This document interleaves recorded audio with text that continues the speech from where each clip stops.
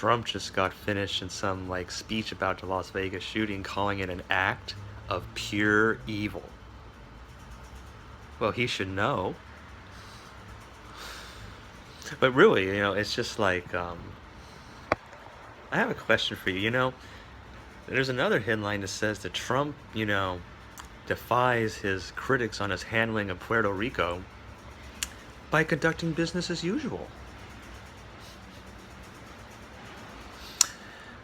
So let me get this straight, okay? If people, as he himself said, the people of Puerto Rico have no infrastructure and, they're incompetent and they're in debt. And this may, I don't know, this may all be true. I have no idea. Apparently that's the way they lived, and this hurricane came along, and then, But I'm just saying that if you're going to speak about people that way, without, any idea that there could be forces or, exigencies, or contingencies that are at play that may stand in the way of the single-minded pursuit of money. You see, they may have things like music, good food, family, and, responsibilities to emotional ties that may keep them from fulfilling the endless, cutthroat rat race to economic success. And since they have these impediments, they're not doing what this one of many different systems of government and the social structure that we have says that they should do, ergo, they are worth less de facto. Okay, so just because they're in debt, we don't need to say why they're in debt. We just need to say they're in debt. Okay, that's all we need to say.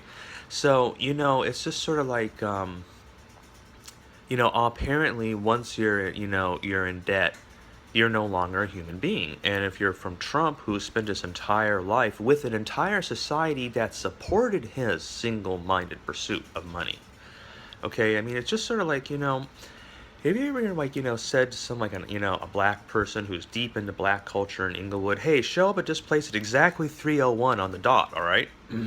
Never will happen. And you want to know why it will never happen? It isn't because, this person can't tell time. It's because everything in that person's life and culture is stacked up against that idea. So he was going to show up on time, but then Dad came out and said, no way, no son of mine is going to go out until he helps me with this chore. And now he's 45 minutes late because no one's going to gainsay Dad. That's disrespecting Dad, and Dad doesn't give a fuck about what you're trying to do with your life. Or maybe like your girlfriend called, and if you hadn't, banged her right then and there, you weren't going to have one anymore. And plus, you probably forgot about the whole thing anyway, because there she was. So you see, if you don't have the support, the cultural support to go after X, then you're probably not going to get there. So it's not just a matter of like one thing, well, just show up at 3:01. I had to do that thousands upon thousands of times on pain of death, basically. So I'm just trying to say that, if you're going to say that one system only is the only possible arbiter and gauge of whether you're worth the saving or not, is your life worth saving? Well, then, it's very hard to say that these shootings were an act of pure evil because he's a part of a system that promotes pure evil, okay? Because it's a system that says that it's how much money you have in your bank account is how much worth you have as a person. I think that's pure evil. I think that's the same thing as saying Jews need to be going to a concentration camp and be baked to a nice, tasty crisp.